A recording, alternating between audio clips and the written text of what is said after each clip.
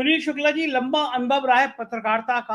आपने जो नाम 14 नाम सामने आए हैं, इनमें से कौन सा पत्रकार ऐसा था जो सामाजिक मुद्दों की बात करता हो, जो किसानों की बात करता हो, जो मजदूरों की बात करता हो, जो दलितों और पिछड़ों की बात करता हो, जो सत्ता से सवाल पूछने की हिम्मत करता हो? और अब नाम सामने आ गए तो भाजपा के नेता भड़क रहे हैं। सुनील जी, इतना दुख क्यों? धन्यवाद संजय जी। मैं तो ओल्ड स्कूल ऑफ जर्नलिज्म का विद्यार्थी रहा हूं और उस स्कूल में हमको ये पढ़ाया गया है कि पत्रकार अस्थाई विपक्ष है, परमानेंट विपक्ष है। सरकार के साथ खड़ा होने वाला व्यक्ति पत्रकार नहीं हो सकता। सरकार से सवाल पूछना, सरकार के दायित्वहीनता को सामने लाना, सरकार के जन विरोधी कार्यक्रमों को, नीतियों को, गतिविधियों को लोगों के बीच में लाना, ये पत्रकार का जिम्मेदारी है। सरकार के साथ खड़ा होने वाला व्यक्ति कुछ भी हो सकता है, पत्रकार नहीं हो सकता। ये बिल्कुल वाजिब सवाल आपने किया कि जिन 14 नाम हैं, उन 14 नामों में से कौन सा ऐसा व्यक्ति है जो सामाजिक सरोकारों से जुड़े हुए विषयों के साथ कभी जुड़ा रहा? मेरी जानकारी में ऐसा कभी नहीं रहा। भारतीय जनता पार्टी जो एक कह रही है कि यह अभिव्यक्ति की आज़ादी के ऊपर हमला है, तो इन्होंने एक जो नाम है उसमें आपने शब्द प्रयोग किया कि बाइकॉट। उस चिट्ठी में कहीं बाइकॉट शब्द का प्रयोग नहीं है, बहिष्कार शब्द का ही प्रयोग नहीं है। उन्होंने ये कहा है कि हम आपके कार्यक्रम में शामिल नहीं होंगे और अपने प्रतिनिधियों को हम नहीं भेजेंगे। ये किसी को भी हक है, या यह अपनी नाराजगी व्यक्त करने का हक किसी को भी है।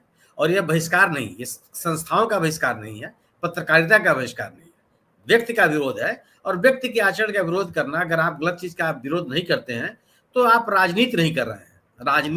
राजनीति आपको ताकत देती है कि गलत बात का विरोध करें। अगर कोई ऐसी गतिविधि हो रही है जो परंपराओं के अनुकूल नहीं है, व्यवस्था के अनुकूल नहीं है, जनहित के अनुकूल नहीं है, लोकतांत्रिक मूल्यों के अनुकूल नहीं है, तो उसका विरोध होना चाहिए।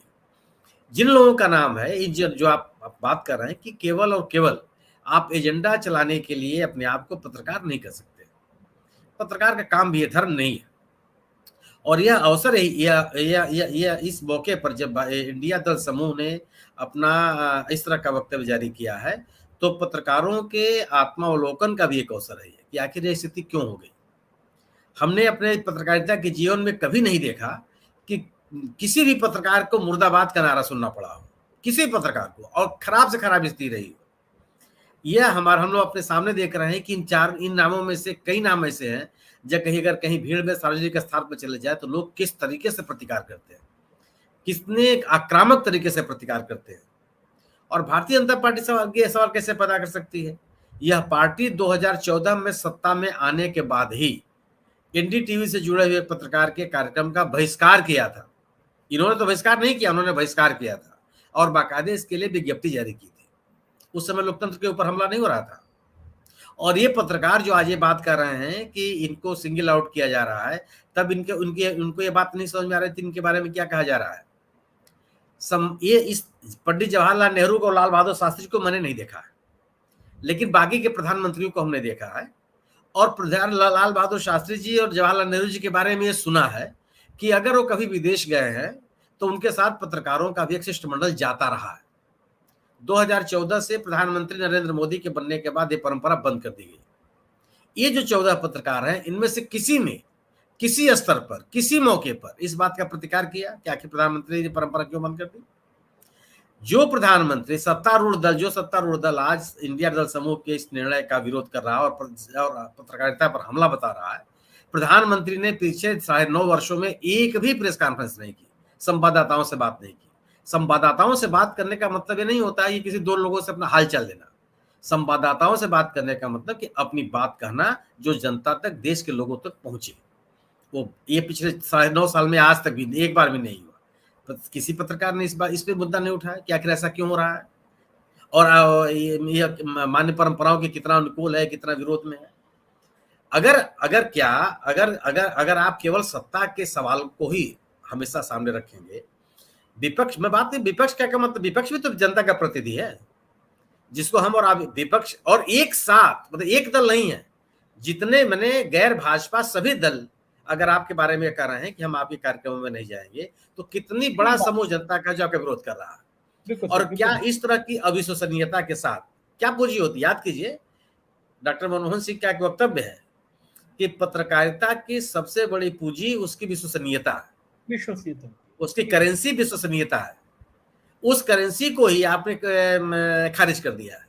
और क्या उसके बगैर आप लोगों के बीच में बने रह सकते हैं? तो इस इंडिया दल समूह ने इन लोगों के लिए एक विश्वसनीयता खतरा पैदा कर दिया। आखिर कौन सुनेगा आपको? बिल्कुल ठीक बात है, बिल्कुल सही कह रहे हैं सुनील जी। एक सबसे बड़ा सवाल विश्वसनीयता का होता है। प्रोफेसर अखिल स्वामी जी, विश्वसनीयता का आलम यह है कि मेन स्ट्रीम मीडिया के जो कहती है अपने आप को, उसके चैनलों को लोगों ने टीवी देखना बंद कर दिया है। सोशल प्लेटफॉर्म पर, यूट्यूबर के प्लेटफॉर्म पर इनको लोग देखने वाले सैकड़ों में पहुंच गए हैं, हजारों में भी जाके मुश्किल हो पाती है। इसका मतलब है कि देश का जनमानस पहले ही समझ रहा है, और जिस गठबंधन ने रिजेक्ट किया वो देश के 62% वोटों का प्रतिनिधित्व करता है। 37% बनाम 62-61% की लड़ाई है। अखिल स्वामी जी, बीजेपी का इन जहरीले चैनल के एंकरों के संग में आना क्या संकेत है? देखिए संजय जी, हम लोगों का जो व्यक्तित्व बना है वो मुंशी प्रेमचंद के पंच परमेश्वर को पढ़ के बना है। और हमने धर्म की जो व्याख्या सीखी है अपने पितामह से और अपने पिता से, वो धर्म की व्याख्या ये है कि 4 वर्ण ऐसे हैं जिनको किसी से भी भेद करने का अधिकार नहीं है। एक राजा, एक गुरु, एक वैद्य और एक पंच। और जो ये आपका धर्म है, आपका धर्म ये है कि आप किसी भेदभाव से ऊपर उठकर न्याय करें, क्योंकि जनता आप पर विश्वास करती है।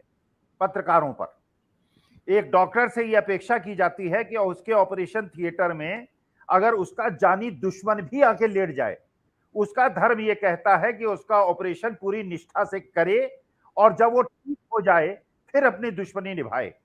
यही पंच से अपेक्षा की जाती है, यही शिक्षक से अपेक्षा की जाती है। जब मैं क्लास के अंदर संजय जी घुसता हूं, वहां पे न कोई सवर्ण होता है, न बैकवर्ड होता है, न मुसलमान होता है, न सिख होता है, न हिंदू होता है। वहां केवल मेरे शिष्य होते हैं और मैं शिक्षक होता हूं। ये मेरा शिक्षक धर्म है। अगर मैं इस धर्म का पालन नहीं करता तो मैं अधर्म करता हूं।